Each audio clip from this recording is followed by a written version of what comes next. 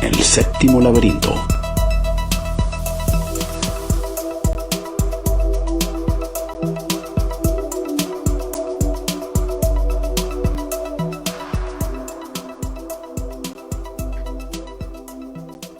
Buenas noches, amigos de la visiónradio.net. ¿Cómo se encuentran todos? ¿Cómo estás, Luis? ¿Cómo estás, Alexia?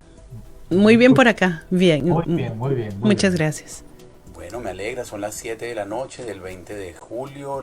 Esta noche tenemos como invitado a nuestro apreciado Gustavo Saturno. Vamos a hablar del tema de la hiperconectividad laboral. Es una nueva forma de esclavitud. Gustavo Saturno es abogado, experto en temas laborales, numerosos posgrados en Derecho Laboral, en Derecho Mercantil. Adicionalmente ha sido profesor de varias universidades venezolanas y en este momento está radicado en Panamá. Es profesor de la Universidad del Istmo en la ciudad de Panamá. Este tema es muy interesante porque seguramente muchos de ustedes se estarán preguntando, bueno, ¿y qué está pasando ahora que estoy trabajando 14, 16, 18 horas, que tengo que estar las 24 horas del día conectado y presto para que me llamen para evitar tener un problema en el trabajo? ¿Cómo va a evolucionar eso en el futuro, en la etapa post-pandemia? Bueno, le damos la bienvenida a Gustavo. ¿Cómo estás, Gustavo? Buenas noches.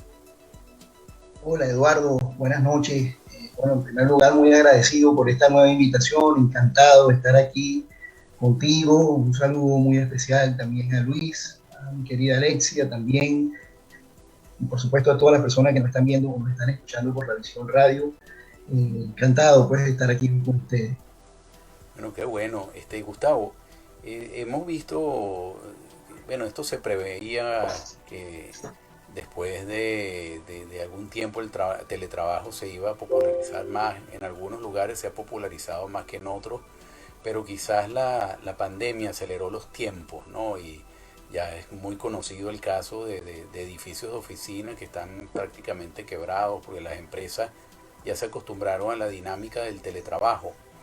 Pero eso desde el punto de vista del trabajador le ha generado un problema. Muchos trabajadores dicen que están trabajando ahora más que antes, desde que tienen que estar todo el día pendientes, conectados, el celular en cualquier momento suena, es decir, no hay horario, no. ¿Cómo está evolucionando esto y qué nos puedes decir al respecto? Bueno, Eduardo, mira, lo primero que habría que decir es que efectivamente la pandemia del coronavirus se convirtió en un gran promotor del teletrabajo, ¿no? Y lo hizo a nivel mundial. Digamos, el impulso que ha tenido el teletrabajo en tiempos de pandemia ha sido tan, digamos, expansivo como lo ha sido la propia pandemia, ¿no? Hay un estudio de la Organización Internacional del Trabajo el año pasado que decía que que en el mes de mayo del año pasado, que era digamos, uno de los peores momentos de la pandemia, sobre todo en Europa, 93% de los trabajadores vivían en algún país que habían aplicado algún tipo de medida restrictiva de movilidad o cuarentena. Y eso evidentemente forzó a las empresas y a los trabajadores a optar por la opción del teletrabajo, que venía experimentando un crecimiento moderado, yo diría que hasta lento, y que de repente pues obtuvo este impulso que le dio la propia pandemia. Hay cifras muy interesantes en ese sentido. Por ejemplo, en España, de un 5% de teletrabajadores que existían antes de la pandemia, al iniciar la pandemia se pasó a un 34%, es decir, uno de cada tres trabajadores estaba teletrabajando. En Latinoamérica, como tú bien dices, esas cifras variaron, pero estaba leyendo un estudio muy reciente también de la OIT que dice que también en Latinoamérica entre un 20 y un 30%, de acuerdo al país, llegó a estar dentro del teletrabajo. Entonces, evidentemente que lo primero que hay que reconocer es que la pandemia del coronavirus ha hecho y ha impulsado de forma estrepitosa, ha catapultado el teletrabajo. No sabemos si lo va a hacer en el futuro. Hay estudios y opiniones en todos los sentidos, los estudios basados más en encuestas, y hay para todos los gustos. Hay quienes dicen que el teletrabajo llegó para quedarse, hay otros que piensan que pronto volveremos nuevamente a la presencialidad. Por ejemplo, había hay un estudio por ahí de Vodafone, que es una de las empresas de telecomunicaciones más grandes del mundo, dice que, o sea, sus proyecciones es que la gente va a volver nuevamente a la presencialidad, lo que no quiera decir que algunos trabajadores quedarán en el teletrabajo. Entonces, eso evidentemente nos ha colocado sobre una situación de qué vamos a hacer ahora. Durante el tiempo de la pandemia, que nos agarró un poco desprevenido, pues no teníamos mucha legislación ni mucha experiencia en ese sentido, y entonces pues el teletrabajo se dio de una manera un poco caótica y pues de una forma que de alguna manera los trabajadores no tuvieron mayores opciones ni para escoger el teletrabajo ni para prestarlo de la mejor manera, ¿no? Pero sí, indudablemente la pandemia ha sido un experimento extraordinario de ver cómo sería un mundo del teletrabajador, y ahora lo que debemos hacer es lo que aprendimos de la pandemia, pues aplicarlo a lo que va a ser el trabajo del futuro, como lo llama la Organización Internacional del Trabajo. Sí, y Gustavo, también hay un antecedente, ¿no? Que es también la hiperconectividad social, que ya crea el camino y allana el camino para que justo cuando llega la pandemia, esa hiperconectividad social se traslade a los sitios de trabajo. Lo que me impacta es que efectivamente el trabajo se ha convertido en ¿cómo te diría yo?, en una esclavitud moderna, en donde tú trabajas 14 horas o 16 horas, pero no recibes la misma remuneración que recibías, ni las mismas consideraciones que recibías cuando estabas trabajando de manera formal en un sitio de trabajo, en una oficina, etcétera, etcétera.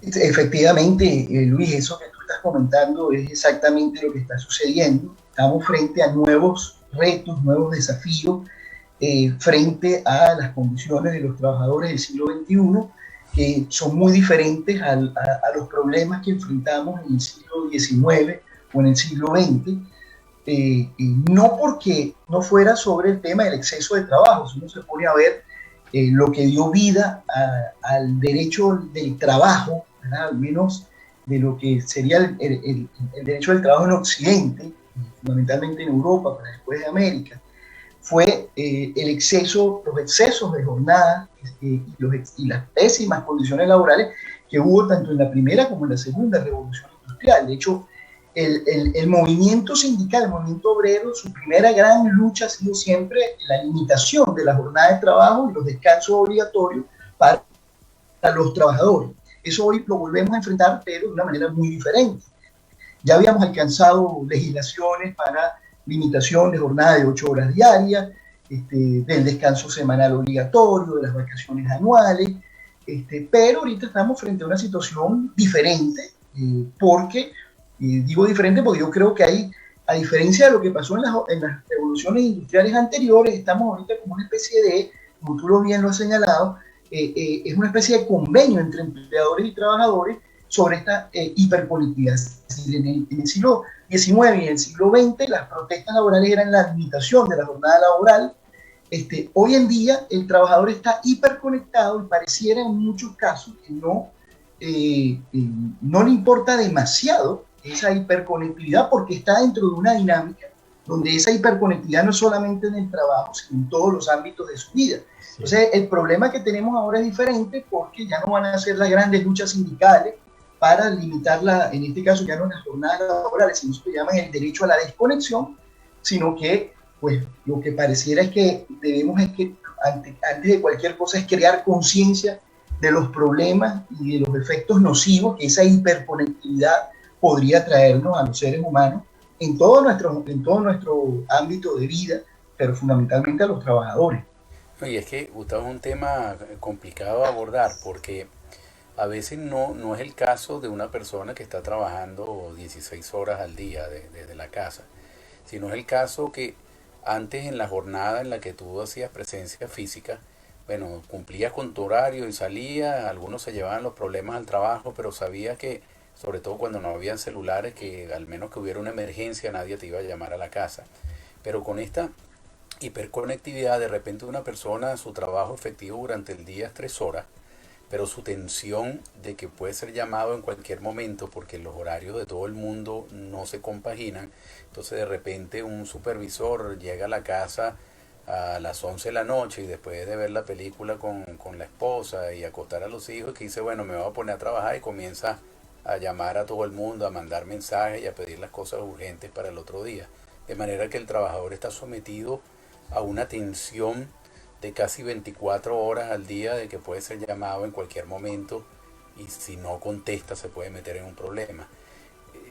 ¿Habría posibilidad desde el punto de vista jurídico de regular este tipo de situaciones, o habría que apelar más a los códigos, digamos una suerte de moral en el trabajo, que tú dices, bueno, si no es urgente, no molesto a esta hora, como una persona no llama a una casa, como decían antes, una casa decente después de las 9 de la noche, ¿no? Sí. Bueno, mira, Eduardo, efectivamente, yo creo que el tema tiene que ser abordado desde el punto de vista jurídico. Ya hay algunos pasos que se están empezando a dar en ese sentido.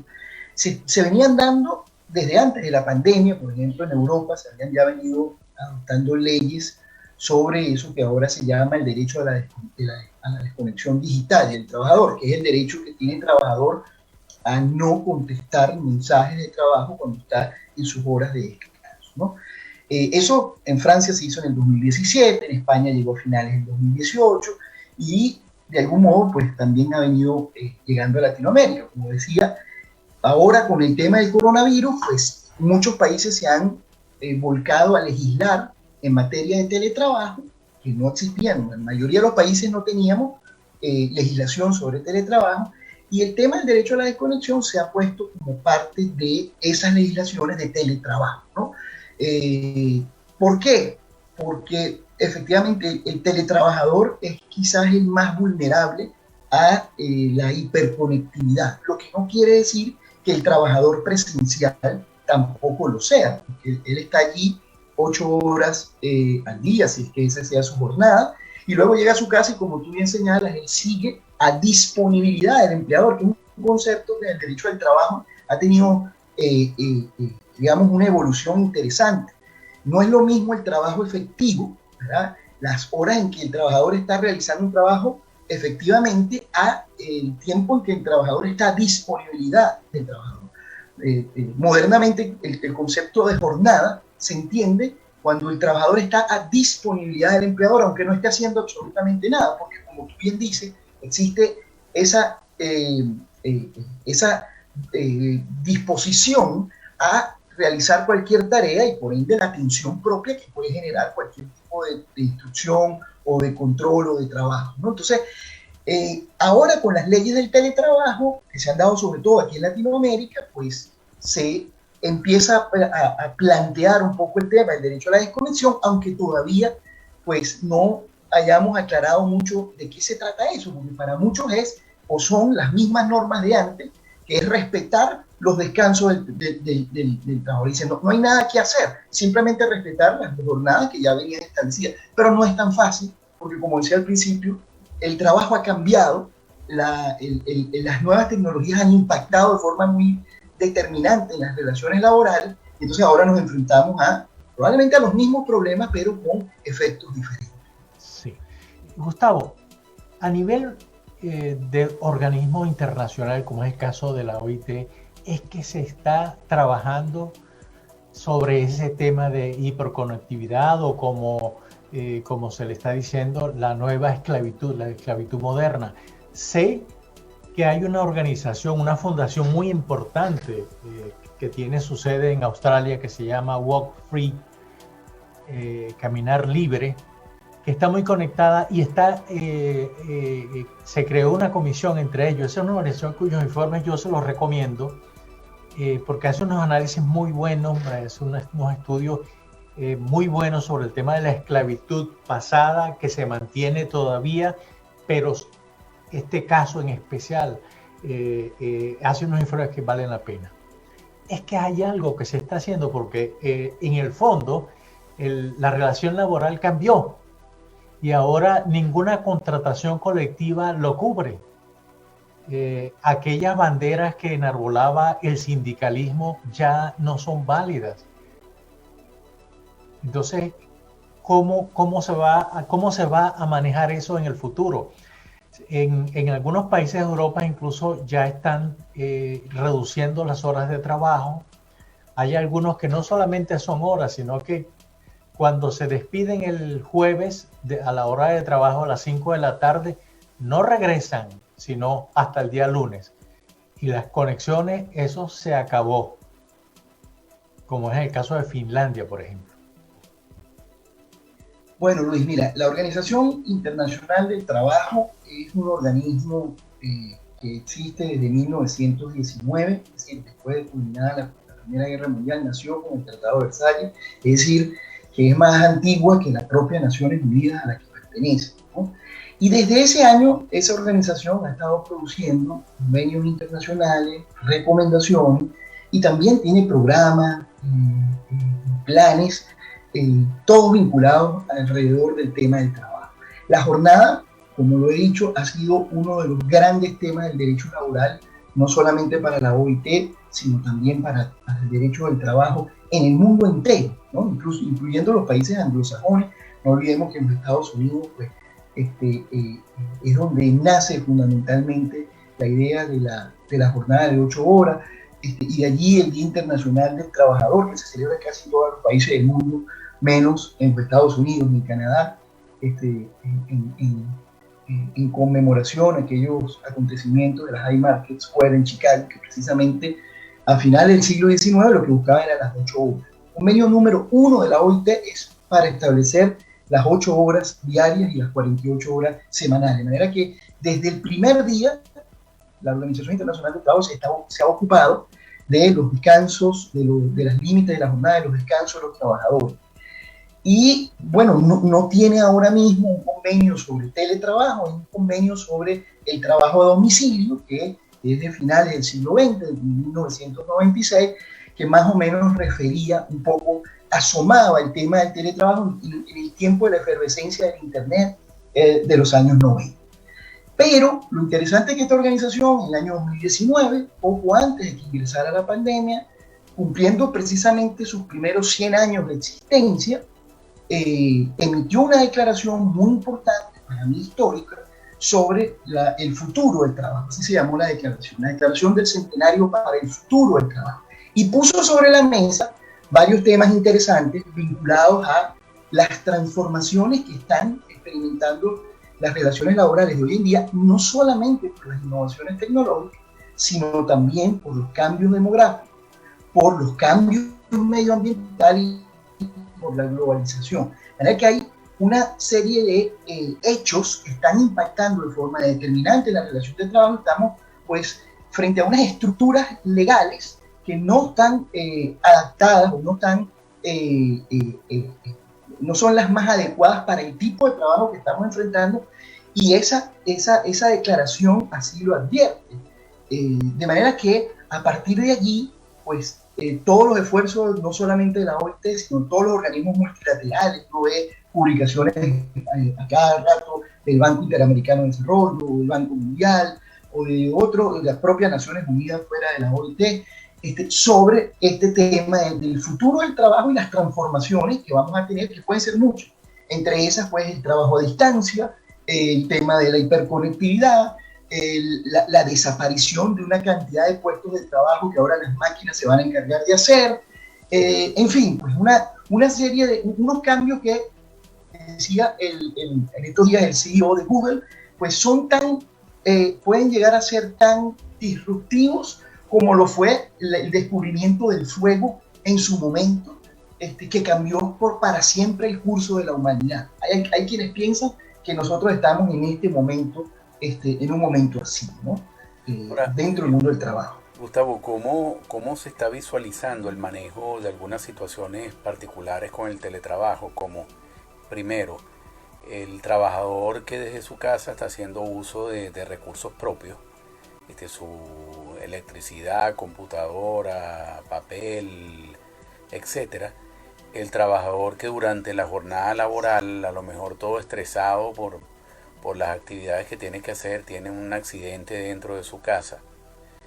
El trabajador que de repente tiene que hacer consumo de sus alimentos en casa cuando a lo mejor en su sitio de trabajo había un comedor Buena pregunta, buena para los pregunta. trabajadores? ¿Cómo se visualizan todas esas nuevas situaciones vinculadas con el teletrabajo?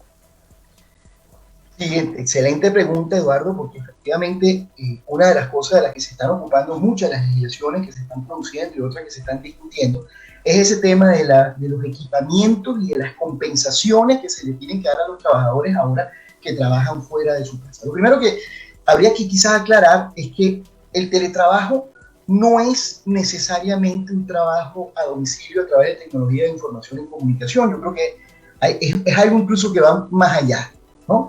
Es decir, el teletrabajo no es solamente eso que llaman el home office, a pesar de que el tipo de teletrabajo que se dio en la pandemia, por razones obvias y por las cuarentenas obligatorias, fue en la casa. Pero fuera del trabajo, del teletrabajo en casa, pues existe un teletrabajo móvil que puede ser incluso en cualquier parte.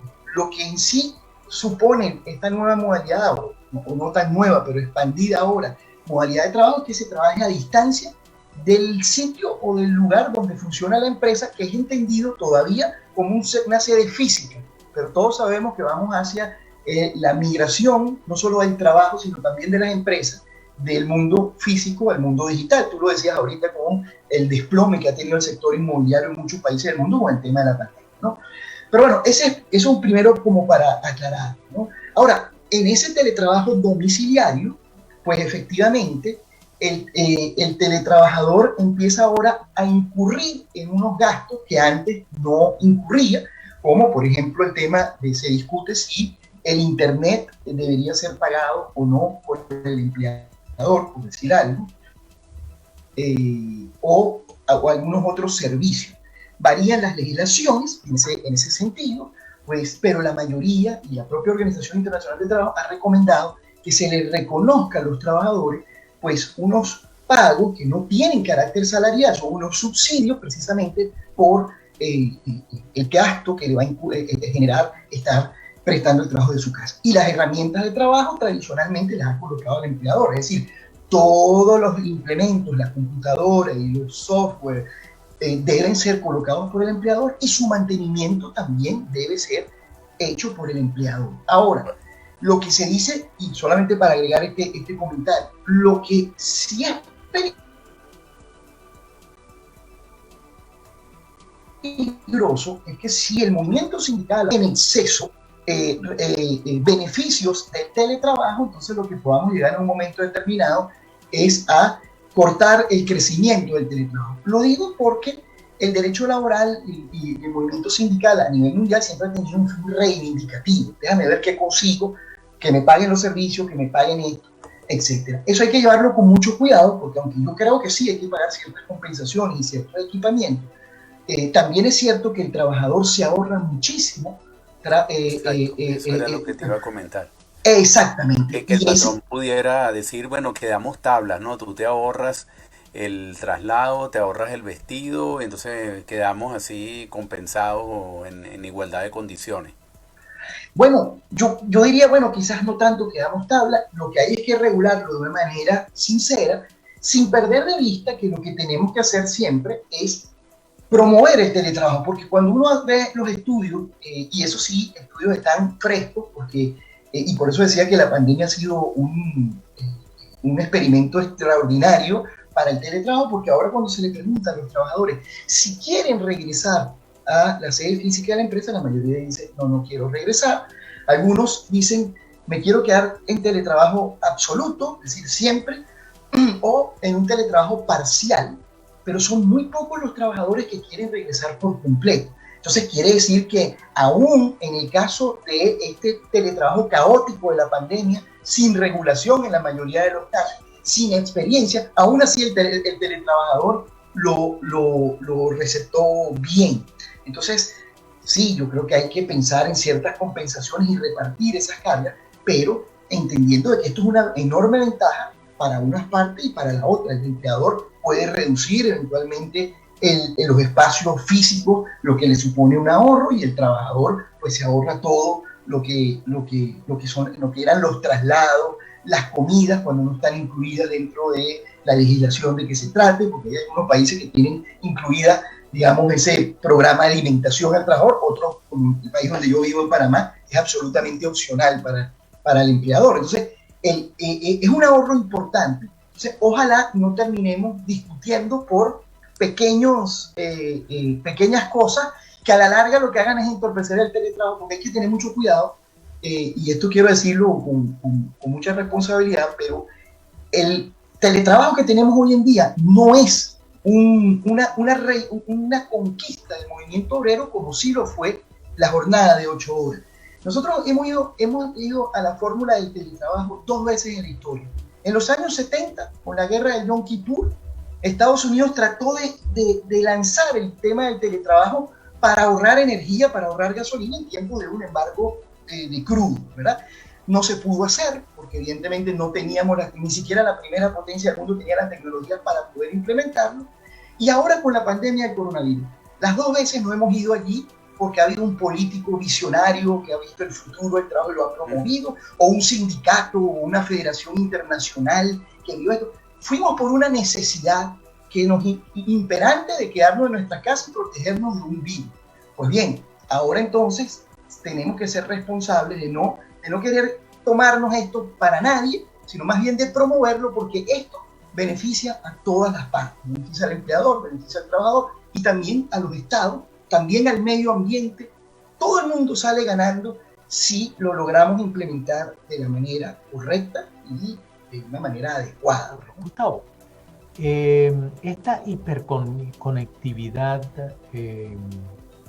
no está creando como una especie de desequilibrio en nosotros, sobre todo porque hasta ahora no hay límite. Es decir, se registran, yo leí esta tarde un paper donde decía que se registra que había gente que continuaba enviando email de trabajo a las 12, 1 de la madrugada. Es decir, no hay límites en cuanto a dónde se puede llegar, cómo revertir todo esto que está sucediendo. Y Gustavo, permíteme que justamente lo que te quería preguntar va en la misma onda de lo que te acaba de preguntar Luis también.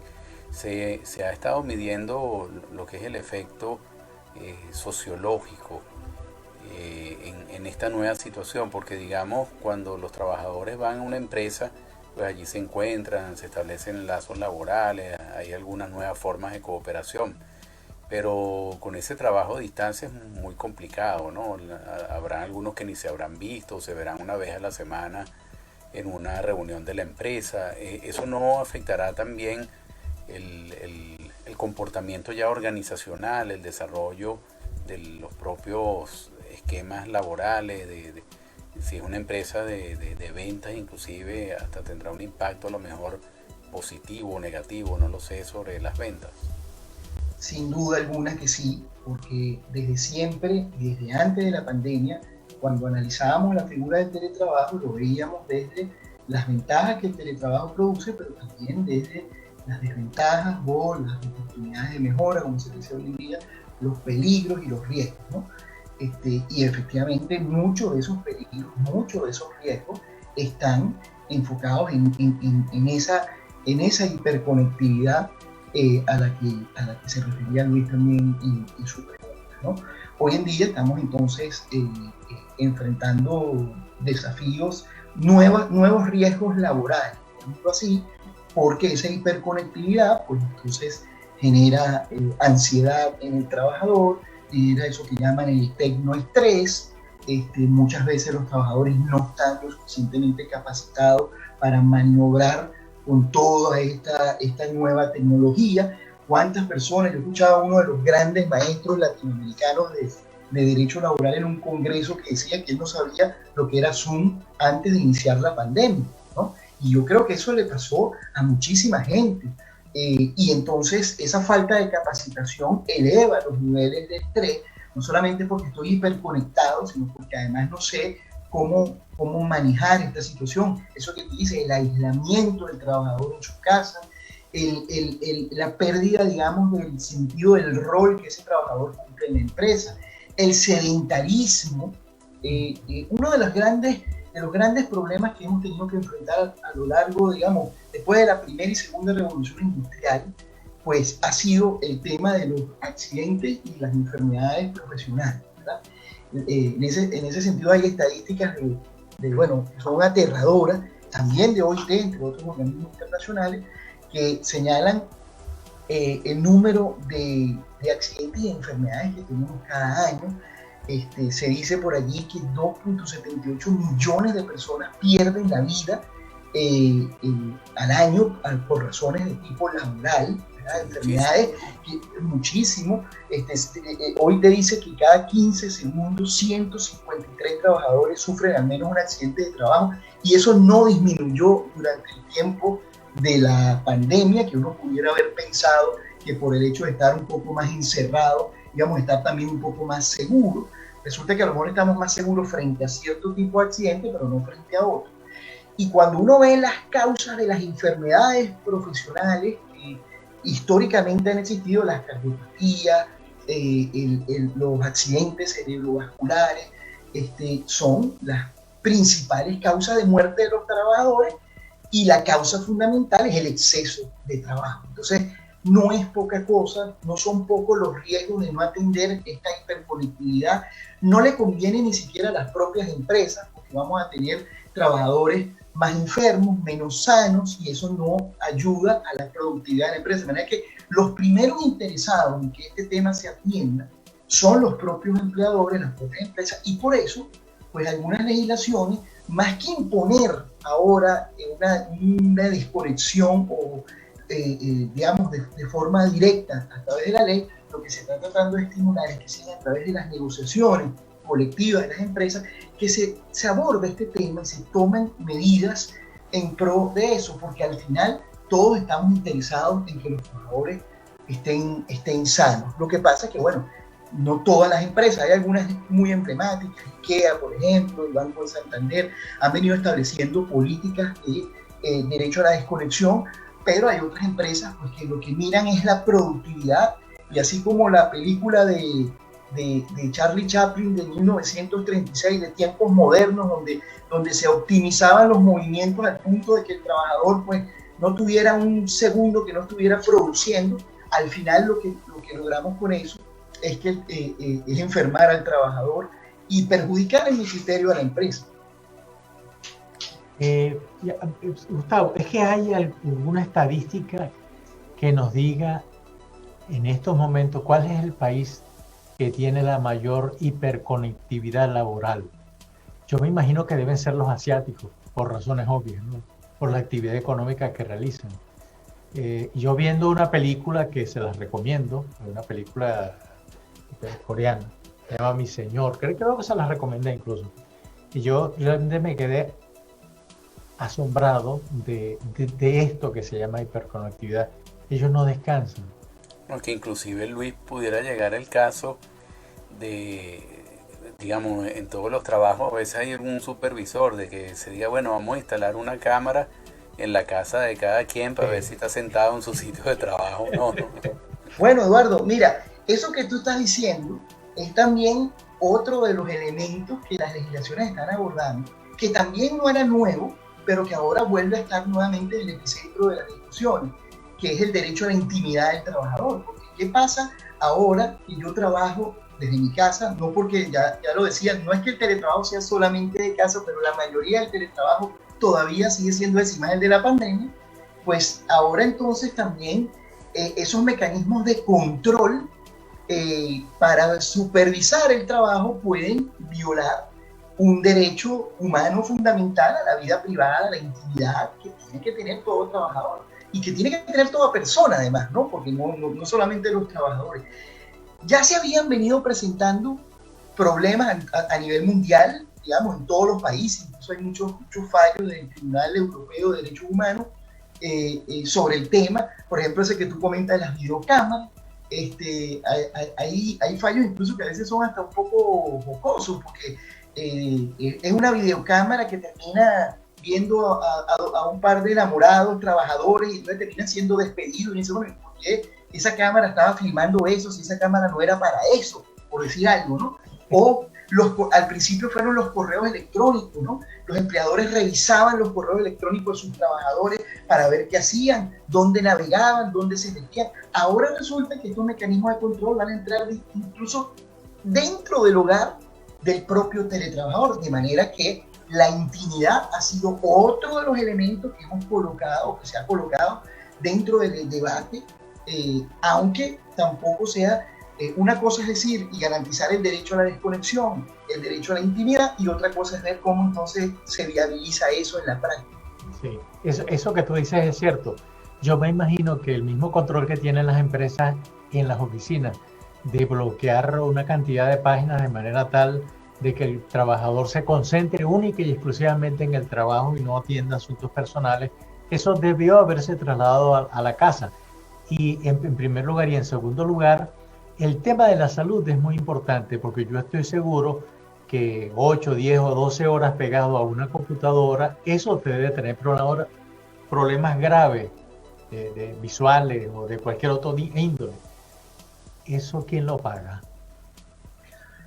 Bueno, buena pregunta. Es otro de los grandes, yo lo llamo los aspectos medulares de la gestión del teletrabajo, que es el tema de los riesgos profesionales y de los accidentes y enfermedades profesionales. Normalmente, dependiendo por supuesto del país que se trate, normalmente en los países latinoamericanos, pues un seguro social, una caja de seguro social por riesgos profesionales, normalmente financiado solo por el empleador, es el que se encarga de ese tipo de contingencias, ¿verdad? Pero es que el problema que tenemos ahora es, número uno, cómo el empleador puede garantizar la seguridad de su trabajador si no está trabajando en un entorno que él pueda controlar, ¿verdad?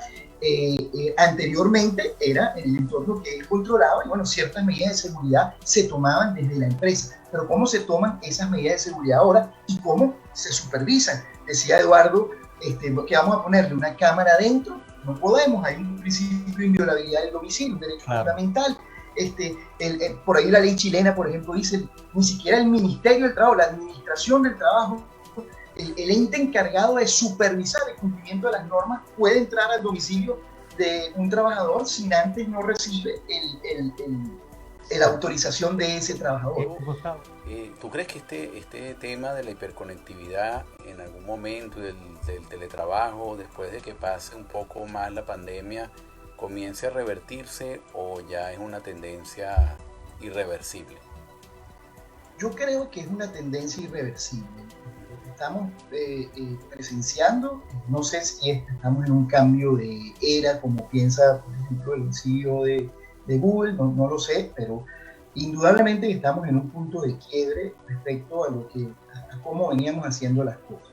Las cosas van a cambiar y van a cambiar de forma radical, como dice la OIT en su declaración del centenario del futuro del trabajo. Y no es frecuente, ni mucho menos común, que un organismo diplomático utilice palabras tan fuertes, ¿no?, cuando va a hacer uno de estos tipos de declaraciones. La palabra radical supone que estamos frente a cambios que son de raíz, que van a ser cambios absolutos y en la mayoría de los casos van a ser disruptivos. Lo que no estoy tan seguro es si se van a producir en los tiempos en que algunas personas están esperando, ¿no? Todo el proceso tecnológico, si algo hemos aprendido de los últimos 200 años es que los procesos y las innovaciones tecnológicas pues tardan en irse acomodando, en irse implementando en las sociedades, ¿no? Aquel libro de Andrés Oppenheimer, que creo que lo leí gracias a algunos de ustedes dos, en algún momento me lo regalaron, se llama Sálvese quien pueda. Él explica cómo en Estados Unidos tuvieron que pasar más de 40 años, 46 años para que el 25% de los pobladores pudieran tener acceso, por ejemplo, a la electricidad, gracias a la cual estalló la segunda revolución industrial. Al teletrabajo le venía pasando algo más o menos similar. Nosotros ya teníamos tecnologías como para haber dado un impulso mayor al teletrabajo desde hacía ya unos cuantos años, y sin embargo su crecimiento venía siendo lento. A pesar de que el Wi-Fi, que los teléfonos inteligentes sí tenían un crecimiento mucho más fuerte, pero el impacto no se hacía sentir. La pandemia nos empujó. ¿Qué va a pasar ahora después? Este empujón va a ser como si nos lo hubiesen dado en el espacio y vamos a mantener ya esta velocidad hasta el futuro, o vamos a ir nuevamente adaptándonos a los tiempos de la gente. No lo sé realmente, pero de que vamos hacia cambios trascendentales nos vamos, y eso nos coloca ventajas por una parte, porque las nuevas tecnologías, estos nuevos cambios pueden hacer nuestra vida mucho más llevadera, mucho mejor, pero también nos va a poner enormes desafíos. Cuando Luis hablaba de los desequilibrios, yo pensaba que no hablaba de los desequilibrios solamente de la hiperconectividad, sino de los desequilibrios sociales que esto también puede generar, porque hay mucha gente que está excluida de esto, hay gente que no va a conseguir un trabajo porque no va a estar capacitada para hacer ese tipo de trabajo, y eso ya está sucediendo de alguna u otra manera, y ya todos sabemos cuando hay esos desequilibrios sociales hacia dónde conducen esos desequilibrios sociales, sobre todo en estos países nuestros de Latinoamérica, que tenemos muchísima experiencia. ¿Qué es lo que pasa con nuestras instituciones políticas cuando empiezan estos desequilibrios que muchas veces tienen como causa temas de carácter laboral o de la seguridad social o de las condiciones de los trabajadores? No, y que también me pongo a pensar, Gustavo, que yo creo que será el tiempo el que dirá quiénes van a resultar ganadores y perdedores de estos nuevos esquemas laborales, y todavía creo que es muy pronto para ver esas estadísticas, pero me pongo a pensar, por ejemplo, en lo que es el consumo energético debe disminuir, ¿no? Tener mucho menos gente haciendo uso de su vehículo para trasladarse a su sitio de trabajo, pues ahí hay un ahorro. Pero también me pongo a pensar aquellas empresas de servicios que estaban basadas en dar comida a los trabajadores, restaurantes que están cerca de sitios de trabajo y que vivían de eso, pues tendrán que desaparecer. Pero yo creo que hay que esperar un tiempo para hacer esa evaluación, pero sin duda alguna habrán perdedores y ganadores. Sin duda que sí, Eduardo, y fíjate que ese es uno de los grandes impactos que estamos teniendo, y por eso, y quizás eso es lo que retarda los cambios. Tenemos las tecnologías para avanzar, pero eso que tú dices, nos negamos a terminar de salir de nuestra zona de confort, porque avanzar implicaría para muchos tener que reinventarnos, porque no es que tienen que reinventarse. Si hay algo que ha quedado claro, incluso de ese mismo libro de Oppenheimer, es que aquí nadie está a salvo, ni siquiera los que han tenido muchos estudios y muchos títulos. Es decir, ya no es que solamente los puestos de trabajo menos calificados van a desaparecer, también la inteligencia artificial va a poder llevarse por delante a muchísimos puestos de trabajo de mayor calificación. Eso que tú señalas, el mercado inmobiliario en el caso del teletrabajo, el mecánico que arreglaba el vehículo que se le dañaba al trabajador que iba al trabajo. Por ahí un estudio de Doug Jobs dijo que en Estados Unidos, en el momento más difícil de la pandemia, se están ahorrando más de 750 millones de dólares diarios en combustible, en reparación de vehículos. Pero eso que es un ahorro para algunos, pues es falta de trabajo para otros, que debe reinventarse entonces y insertarse en la nueva modalidad de trabajo que se presentará. Y por eso la capacitación laboral será la base fundamental para poder llevar a puerto seguro ese proceso. Así es. Gustavo, mientras lleguen las nuevas legislaciones a los países, los congresos, las asambleas nacionales comienzan a tomar en serio todo esto que nos está pasando ahora y tratar de convertirlos en leyes o en otros. ¿Quién se encarga, por ejemplo, de todo lo que tiene que ver con el respeto del tiempo libre, el descanso, ese tipo de cosas? ¿Cómo se va a hacer en estos precisos momentos? Y eso es algo muy importante porque tiene que ver con la productividad fundamental, tiene que ver con la salud, tiene que ver, el ser humano es un ser gregario y no lo puedes obligar a permanecer 18 o 20 horas detrás de una computadora, porque así sucede y eso está sucediendo. Bueno, Luis, tendría que ser, evidentemente, el Estado lo hace a través de sus órganos, digamos, de control o de administración del trabajo, que se encarguen de supervisar el cumplimiento de normas, algunas de las cuales no existen todavía, ¿no? ¿Y las oficinas de recursos humanos? Claro, a nivel de las empresas, pues todo lo que las empresas puedan internamente asumir a través de sus reglamentos internos, a través de su departamento de recursos humanos, pero claro, la experiencia nos ha dicho que muchas veces, o sea, los intereses, como decía un profesor y uno de mis maestros en esto, decía que en las relaciones laborales los intereses en ambos casos son legítimos y en ambos casos son conciliables siempre, ¿no? Pero son siempre contrapuestos. Entonces el empleador va a querer siempre mayor productividad a menor costo y el empleado va a querer mayor productividad o mayor ganancia con menor trabajo. Eso no lo va a cambiar nadie y a veces mis amigos de recursos humanos tratan de mostrar eso con palabras muy bonitas y trabajan muy bien en el manejo de los climas organizacionales, pero la verdad verdadera es que los intereses de los empleadores y los trabajadores son contrapuestos, de manera que siempre necesitan una mediación que concilie, porque si bien son contrapuestos, en ambos casos son legítimos y son conciliables. Debe encargarse la ley de conciliar, de canalizar esos conflictos hacia soluciones pacíficas, ¿verdad? Soluciones beneficiosas para todas las partes. Y bueno, la legislación se irá encargando, pero estamos en un momento de un desenfoque absoluto porque están sucediendo cosas que no estaban previstas en nuestras legislaciones, o estamos viendo el caso de Uber, o no por decir una marca en particular, por cualquier de estas plataformas, fallos en todas partes del mundo, demandas y conflictos entre esos colaboradores y estas plataformas, porque no existe una regulación, apenas ahora que está empezando a legislarse en esa materia, para poder atender este tipo novedoso de trabajo y, repito, poder encauzarlo para el bienestar de todas las personas involucradas, ¿no? Pero bueno, eso también llevará seguramente un tiempo y en el camino pues se cometerán muchas injusticias hasta tanto logremos implementar un marco más seguro. A lo mejor el día que lo implementemos, pues ya tendríamos que estar pensando en implementar otro, porque los cambios son así. Pero, Eduardo, hace un momento, Luis y tú mencionaban que uno de los grandes problemas al día de hoy es el tema del trabajo, ¿no? No importa la profesión, no importa los posgrados, no hay abundancia de trabajos. ¿Cómo van las discusiones a nivel internacional del tema del salario universal?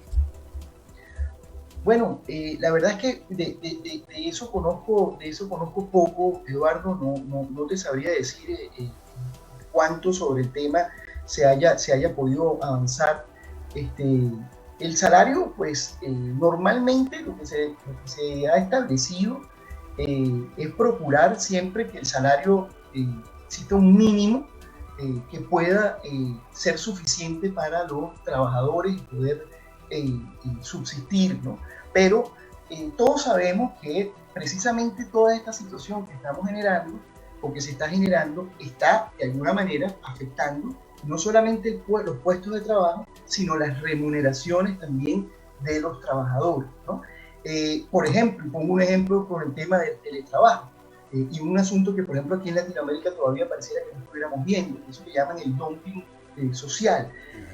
Ahora va a ser perfectamente factible de poder contratar a un trabajador de un país que preste su servicio desde otro país. Yo vivo en Panamá, que es el país que tiene el salario mínimo más alto de Latinoamérica, ¿no? Más de $600 el salario mínimo en Panamá. A un empresario panameño o en Panamá le es muy rentable contratar trabajadores en otros países de América Latina, donde va a conseguir mano de obra muy calificada, tan o más calificada que la que pueda conseguir aquí, pues, y pagar un salario infinitamente inferior al que pagaría si contrataría presencialmente al trabajador acá. De manera que el futuro del trabajo no solamente es un futuro no se visualiza, o sea, no solamente tenemos el riesgo de tener menos puestos de trabajo, sino también menos salario. Y por eso es que hay estudios que revelan que no es suficiente tener un trabajo para salir de la pobreza. Hay muchos pobres que trabajan, pero el salario no lo genera. Eso es verdad. Oye, Gustavo, ya bueno, llegamos al final del programa. Ha sido muy interesante y sin duda alguna surgen muchas preguntas de un acontecimiento que se está desarrollando en este momento y hacia el futuro. Te queremos agradecer como siempre tu presencia en el Séptimo Laberinto y bueno, muchas gracias Luis, muchas gracias Alexia. Un abrazo para todos.